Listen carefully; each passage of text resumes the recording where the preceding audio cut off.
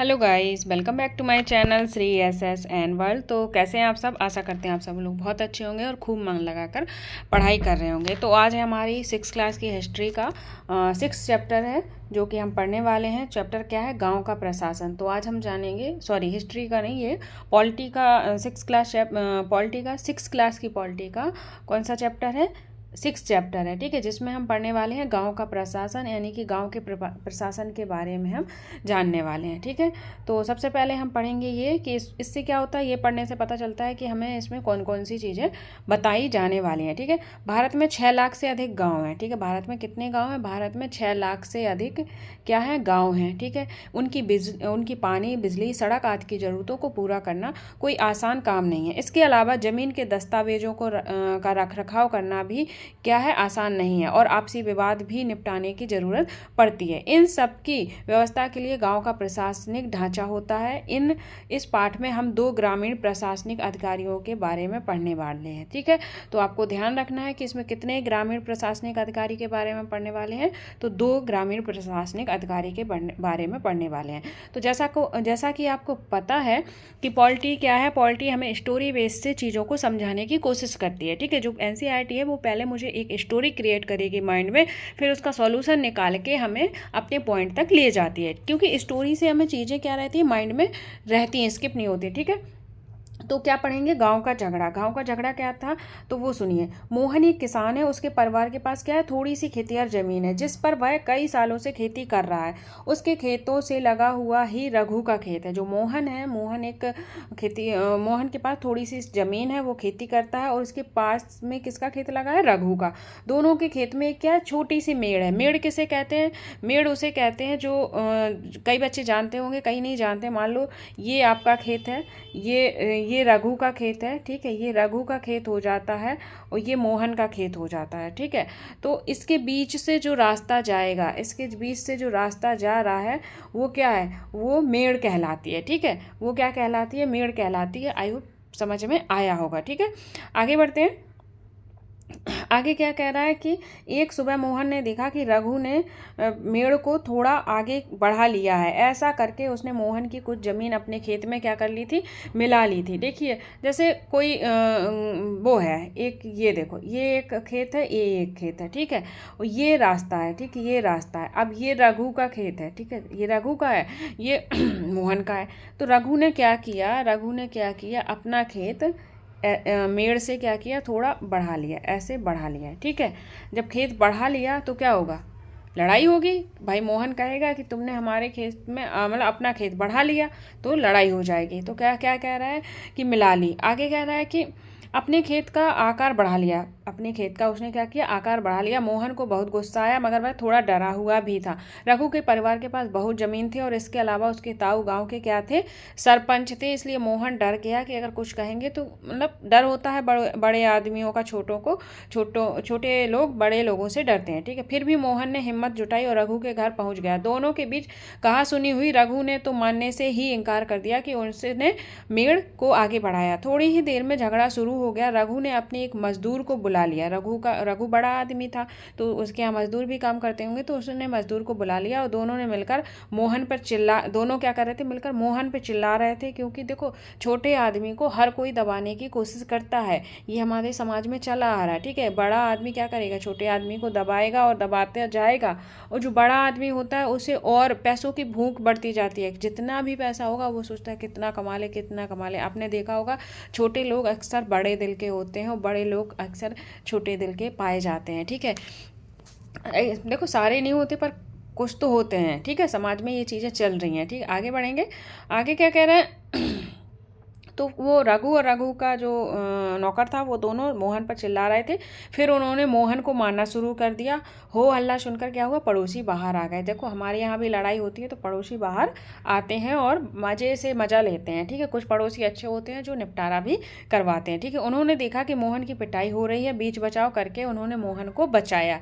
मोहन के पड़ोसी अच्छे थे, इसलिए उन्होंने क्या किया? मोहन को बचा लिया। मोहन को सिर पर और हाथ में बहुत चोट आई थी, और एक पड़ोसी ने उसे मरहम पट्टी की और मोहन के एक दोस्त ने, जो गांव के डाकघर में काम करता था, सुझाव दिया कि उन्हें स्थानीय पुलिस थाने जाकर रपट लिखवानी चाहिए। रपट मतलब रिपोर्ट, ठीक है। जबकि कुछ लोग इसके खिलाफ थे, उनको लग रहा था कि बहुत सारा पैसा बर्बाद हो जाएगा और नतीजा कुछ नहीं मिलेगा। तो ये कानून व्यवस्था की हमारे समाज में क्या है ये नज़रिया बना हुआ, क्योंकि लोग जानते हैं कि अगर पुलिस के चक्कर में पड़ेंगे तो बहुत सारे पैसे खर्च होंगे और नतीजा कुछ नहीं निकलेगा, ठीक है।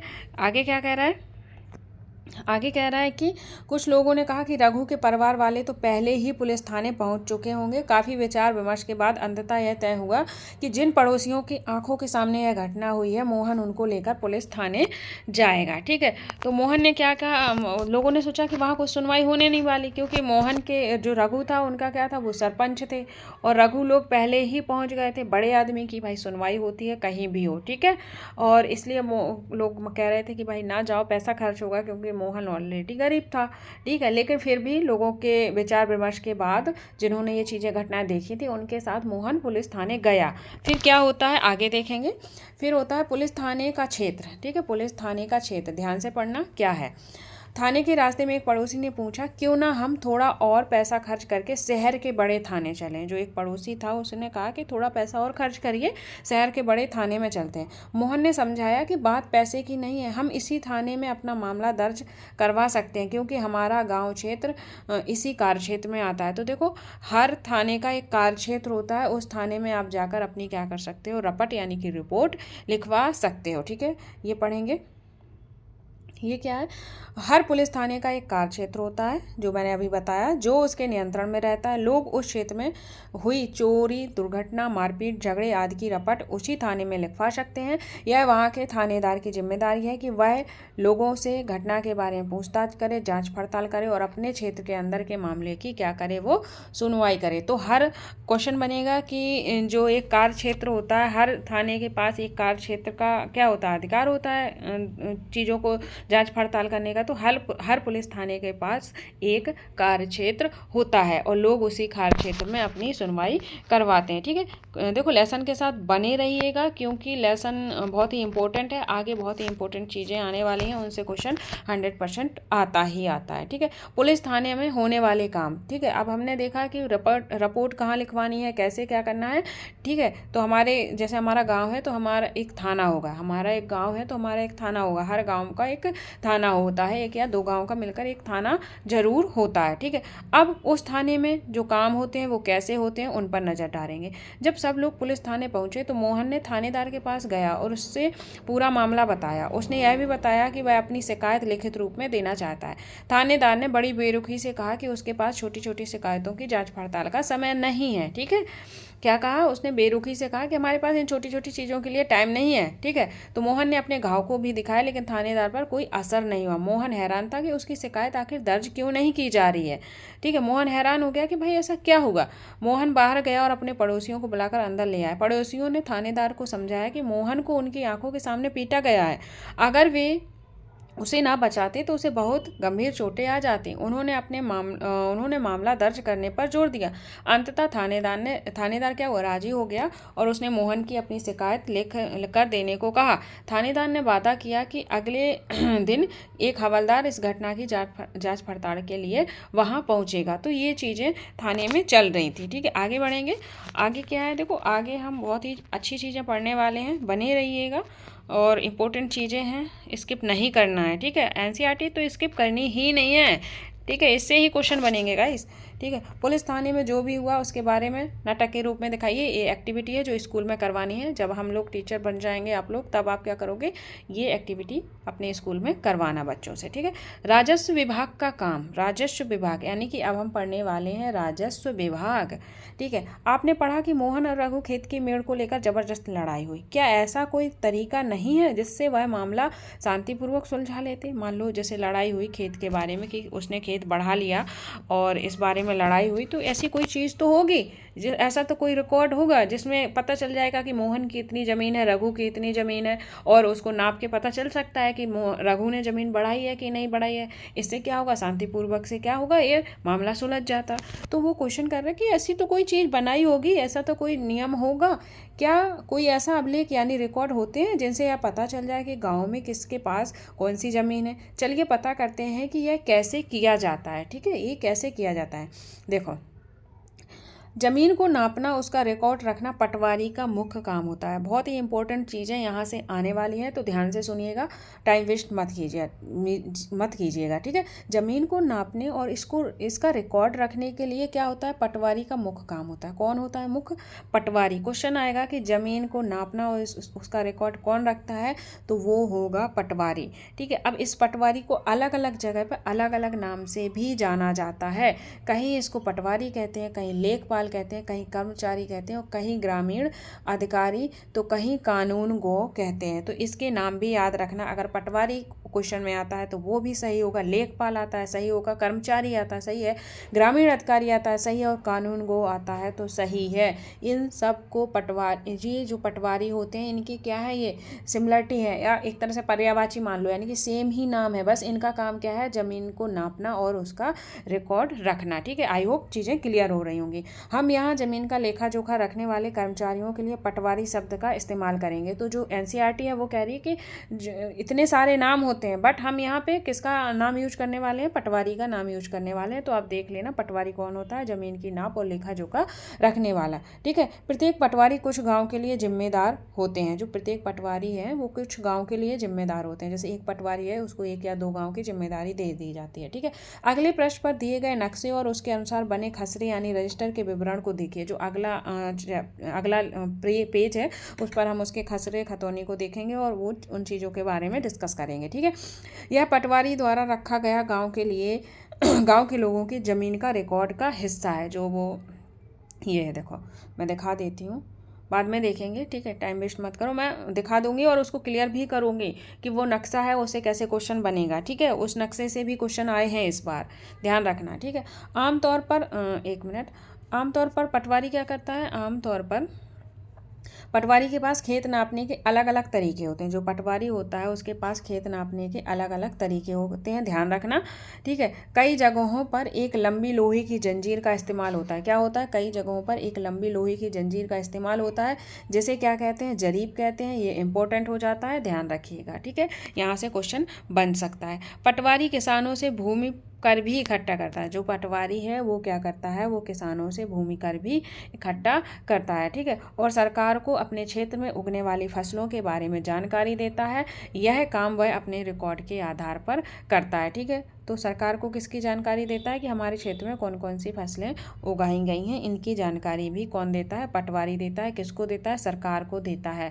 ठीक है, अब क्या है बॉक्स में, अगर आप एक ग्रामीण क्षेत्र में रहते तो पता कीजिए आप क्षेत्र का पटवारी कितने गांव के लिए ज़मीन का लेखा जोखा करता है। ठीक है, ये आपके लिए क्वेश्चन है। ठीक है, आगे बढ़ेंगे। आई होप चीज़ें क्लियर हो रही हैं। अगर चीज़ें क्लियर हो रही हैं तो guys please like share and comment जरूर करिएगा, क्योंकि अगर आप कमेंट नहीं करते हैं तो मुझे क्लास लेने का मन नहीं होता है। ऐसा लगता है कि पता नहीं हमारे फ्रेंड्स को, हमारे व्यूअर को चीज़ें पसंद आ रही हैं या नहीं आ रही हैं। तो अपना फीडबैक ज़रूर दीजिएगा। ठीक है, आपके फीडबैक से मोटिवेशन मिलता है, उस चीज़ें और अच्छे बेहतर करने की क्या होती है, इच्छा होती है। आप ही देखिए, अगर आपकी कोई तारीफ़ करे कि मेरी बेटी बहुत अच्छा पढ़ रही है, बहुत होशियार है, तो आपको अंदर से क्या होता है, मोटिवेशन मिलता है। ये लगता है कि मैं और अच्छा पढ़ूँ, मेरे माँ बाप को मेरे ऊपर क्या है, इतना विश्वास है, तो मैं इस बार सीटेट क्लियर करके ही दिखाऊंगी। इसी तरह टीचर्स के साथ भी होता है। अगर उसके स्टूडेंटों को क्या है, अगर उनकी क्लास पसंद आ रही है, अगर वो उनको फीडबैक देते हैं, तो उनके अंदर भी एक मोटिवेशन आता है कि हमारे बच्चे इतने हमारे लिए इतना सोच रहे हैं, हमसे इतना खुश हैं हमारी क्लास से, तो हम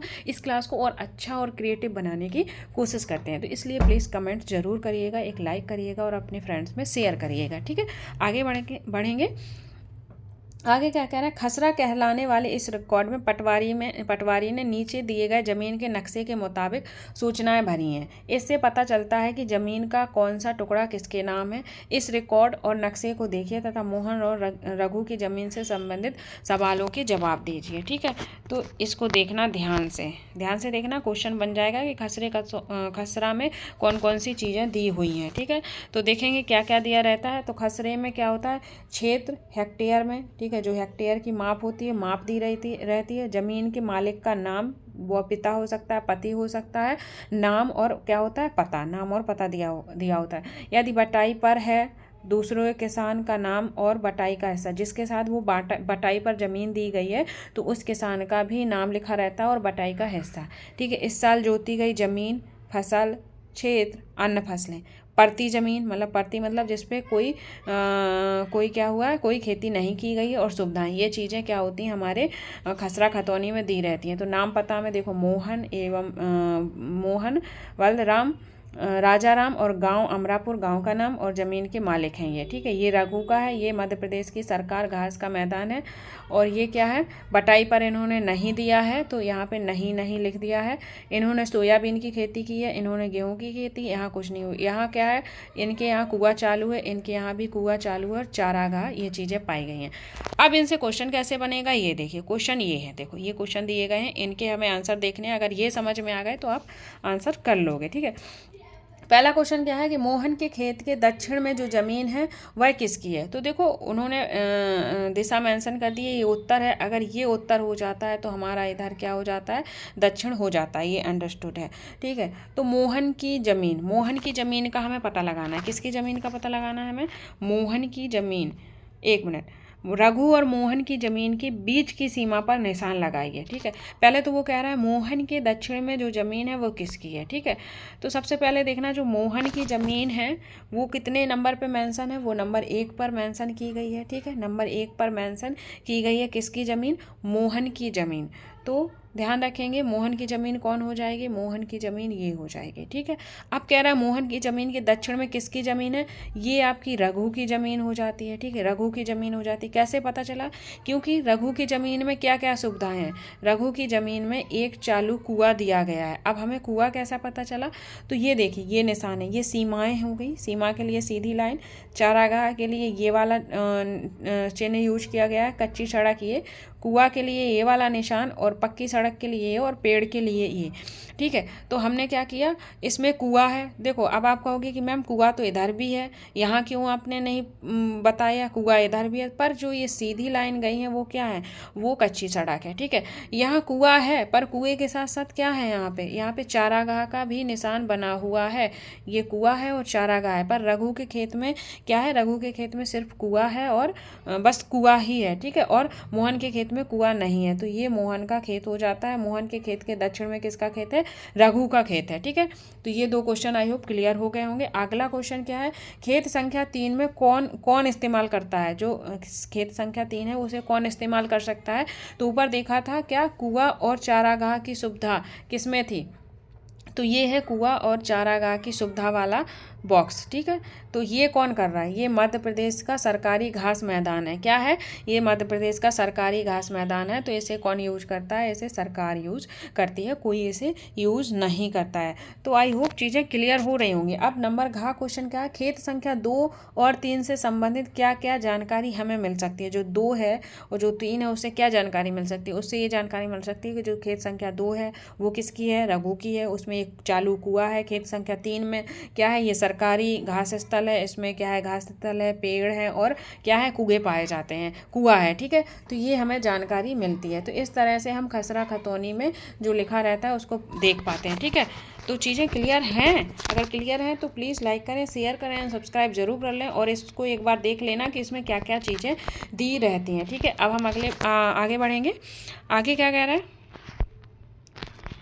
देखो इस चीज़ों को समझना बहुत ज़रूरी है। समझने के लिए ही क्लास में आते हो, तो इसलिए इस चीज़ों को समझते हुए चलो। चाहे तो आप स्पीड बढ़ा लीजिए, अगर आपको लग रहा है कि स्लो है क्लास तो स्पीड बढ़ा लीजिए, बट मैं अपने हिसाब से चलूँगी, क्योंकि हर स्टूडेंट का माइंड अलग अलग होता है, तो हमें सबको लेके चलना है। ठीक है, किसान को अक्सर अपने खेत में क्या होता है, किसान को अक्सर अपने खेत में नक्शे और रिकॉर्ड की ज़रूरत पड़ती है। जो किसान होता है उसे क्या होता है, कभी अक्सर नक्शे और रिकॉर्ड की ज़रूरत पड़ती है। इसके लिए उनको कुछ शुल्क देना पड़ता है। जो नक्शा और शुल्क होता है उसकी क्या होती है, ज़रूरत पड़ती है, तो उसके लिए उन्हें क्या करना पड़ता है, कुछ शुल्क देना पड़ता है। ठीक है, यानी कि पेमेंट देनी होती है। किसानों को इसकी नकल पाने का अधिकार है। तो जो खसरा खतौनी है तो किसान उसकी क्या कर सकते हैं, नकल यानी कि कॉपी पाने का उनको अधिकार है। ध्यान से सुनिएगा क्या क्या अधिकार हैं, इनसे क्वेश्चन बनेगा। ठीक है, हालांकि कई बार उनको ये रिकॉर्ड आसानी से नहीं मिलते हैं, लोगों को इसके लिए इसको हासिल करने में कई मुश्किलों का सामना करना पड़ता है। कई राज्यों में ये सारे रिकॉर्ड कंप्यूटर में डालकर सरपंच के दफ्तर में रख दिए गए हैं, ताकि वे आसानी से लोगों को उपलब्ध हो सके और नई सूचनाओं के अनुसार नियमित रूप से दुरुस्त हो चुके हैं। भाई जो चीज़ कंप्यूटर में फीड है उसमें क्या करना है, नाम डालना है और आपका क्या है, ज़मीन का लेखा जोखा सामने आ जाएगा। ठीक है, ठीक है। क्या आपको लगता है किसानों को इस रिकॉर्ड की ज़रूरत कब पड़ती है? नीचे दी गई स्थितियों के बारे में पढ़िए। तो देखिए कब ज़रूरत पड़ती है, क्या उन्हें एक किसान दूसरे किसान से ज़मीन खरीदता है तब पड़ती है। एक किसान अपनी फसल दूसरों को बेचना चाहता है तब पड़ती है। या फिर एक किसान को अपनी ज़मीन में कुआं खोदने के लिए बैंक से कर्ज चाहिए तब पड़ती है। या फिर एक किसान अपने खेत के लिए खाद खरीदना चाहता है तब पड़ती है। या एक किसान अपनी ज़मीन अपने बेटियों एवं बेटियों में बांटना चाहता है तब पड़ती है। तो आप मुझे ये आंसर कमेंट बॉक्स में करेंगे। ठीक है, तो ये सारी चीज़ें चल रही हैं। ठीक है, आगे बढ़ेंगे। आगे हमने कहाँ पे छोड़ा था, हमने छोड़ा था कि पटवारी क्या करता है, सरकार को अपने क्षेत्र में उगने वाली फसल के बारे में जानकारी देता है और और पटवारी फसल पर टैक्स भी कलेक्ट करता है। ठीक है, आगे बढ़ेंगे। आगे कह रहा है कि इसलिए ज़रूरी है कि वहाँ उनको समय समय पर दुरुस्त करता रहे, यानी कि जो चीज़ें ये हैं, कौन सी फसलें उगाई जा रही हैं, क्या चीज़ें उगाई जा रही हैं, तो ये क्यों ज़रूरी है, क्योंकि वह समय समय पर दुरुस्त मतलब थोड़ी कड़ाई उन पे करता रहे। किसान कई बार फसल बदल देते हैं, कुछ और उगाने लगते हैं, या कोई कहीं कुआं खोद लेता है। इनका सबका हिसाब रखना सरकार के राजस्व विभाग का काम होता है। किसका काम होता है?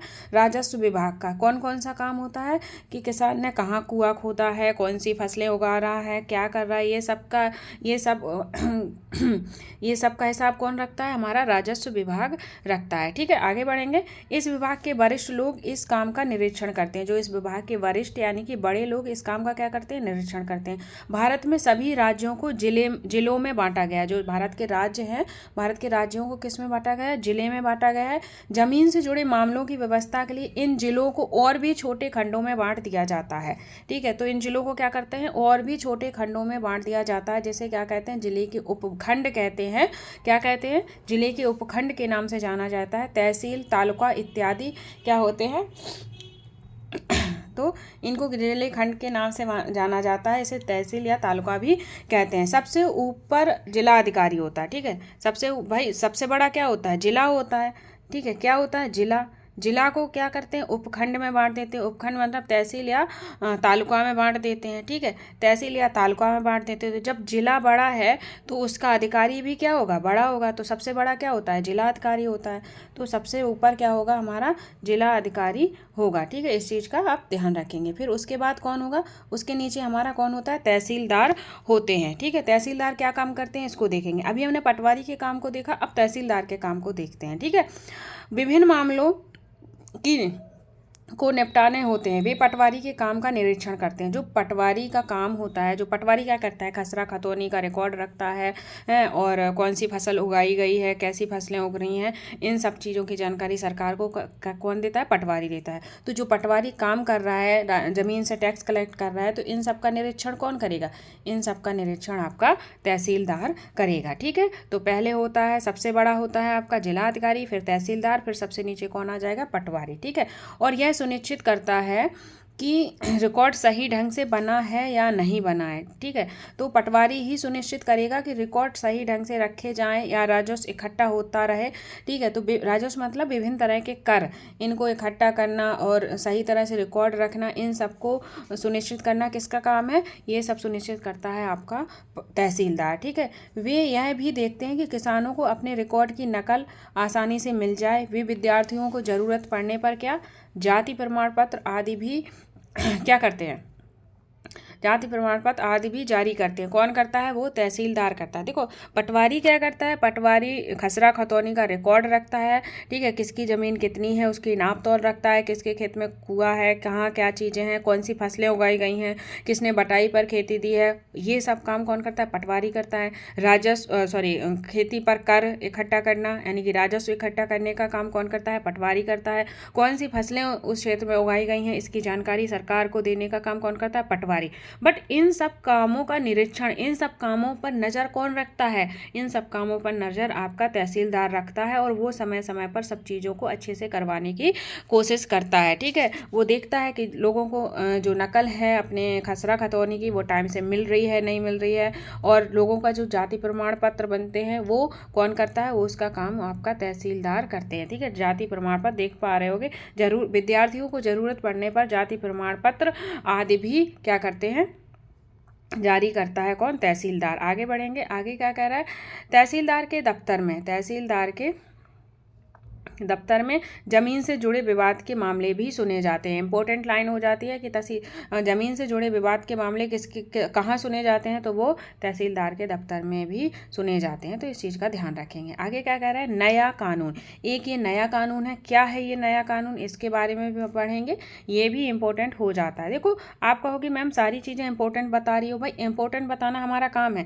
देखो इंपॉर्टेंट बहुत सी चीज़ें हैं, हर एनसीईआरटी की लाइन इंपॉर्टेंट है, बट एक वेरी इंपॉर्टेंट होता है, एक इंपॉर्टेंट होता है, ठीक है। तो ये भी वेरी इंपॉर्टेंट है, इससे क्वेश्चन आए हैं। जहाँ से क्वेश्चन आता है वो इंपॉर्टेंट यानी कि वेरी इंपॉर्टेंट हो जाता है। देखो एनसीईआरटी से क्वेश्चन बनेगा, कहाँ से बन सकता है वो कोई नहीं बता सकता, बट इतना आइडिया होता है कि इस चैप्टर से क्वेश्चन आ सकता है, यहाँ से क्वेश्चन उठा सकता है, तो वो हमें सारी चीज़ें पढ़ के जाना है, ठीक है। आगे बढ़ेंगे।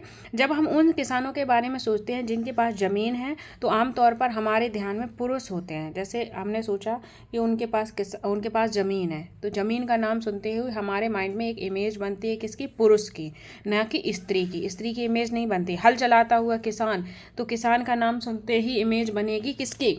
इमेज बन जाती है हमारे यहाँ किसकी?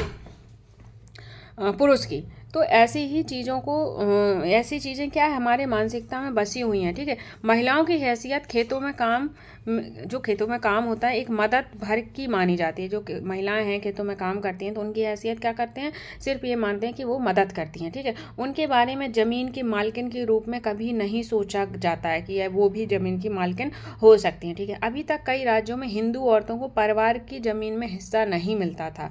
जो हिंदू औरतें थीं कई राज्यों में, तो वो परिवार की ज़मीन का हिस्सा नहीं मिलता था, यानी कि पिता की मृत्यु के बाद ज़मीन बेटों में बांट दी जाती थी। क्या होता था? बेटों में बांट दी जाती थी, लड़कियों को ज़मीन नहीं दी जाती थी, ठीक है। हाल ही में यह कानून बदला गया है कि नए कानूनों के मुताबिक हिंदू परिवार में बेटों और बेटियों और उनकी माँ की ज़मीन में भी बराबर का हिस्सा होगा, ठीक है। एक कानून बनाया गया है जिसमें क्या होगा? हिंदू परिवार में बेटियों और उनकी माँ की ज़मीन का भी क्या होगा? बराबर का हिस्सा होगा। यह कानून सभी राज्यों और केंद्र शासित प्रदेशों में भी लागू हुआ है। ध्यान रखेंगे, राज्यों में भी लागू हो गया है और केंद्र शासित प्रदेश में भी लागू हो गया है। इस कानून से बड़ी संख्या में औरतों को फायदा होगा। उदाहरण के लिए सुधा एक खेतिहर परिवार की सबसे छोटी बेटी है, तो एक उदाहरण है, वो मैं बाद में पढ़ूंगी। तो कौन सा अधिनियम है? तो ध्यान रखेंगे, एक मिनट। तो कौन सा अधिनियम है? अरे यार क्या हो गया? कौन सा अधिनियम है? हिंदू अधिनियम धारा 2005। तो ये नया कानून बना है। कब बना है? अगर क्वेश्चन आता है हिंदू अधिनियम धारा 2005 के तहत क्या हो सकता है? 2005 के तहत हमारी बेटियों को भी पिता की ज़मीन में बराबरी का हक मिलता है, तो स्टेटमेंट सही होगा। माताओं को भी मिलता है, सही, यानी कि बेटियों और माँ को भी बराबर का हिस्सा मिलता है। इस कानून के तहत ये कानून बनाया गया है। कौन सा? हिंदू अधिनियम धारा 2005। तो लड़कियों सुन लीजिए, अब आपको पिता की ज़मीन में आपका भी हिस्सा बन जाता है, ठीक है। अब उदाहरण के लिए एक स्टोरी दी गई है किसकी? सुधा एक क्या है? खेतिहर परिवार की सबसे बड़ी बेटी है, ठीक है। क्या है? सबसे बड़ी बेटी है और शादीशुदा है। कैसी है वो? शादीशुदा है और पास के गांव में रहती है। ठीक है, पास के गांव में क्या करती है? वो रहती है। उसके पति की मृत्यु के बाद, यानी कि उसके पति की मृत्यु हो गई है, उसके बाद वह सुधा अक्सर क्या करती है?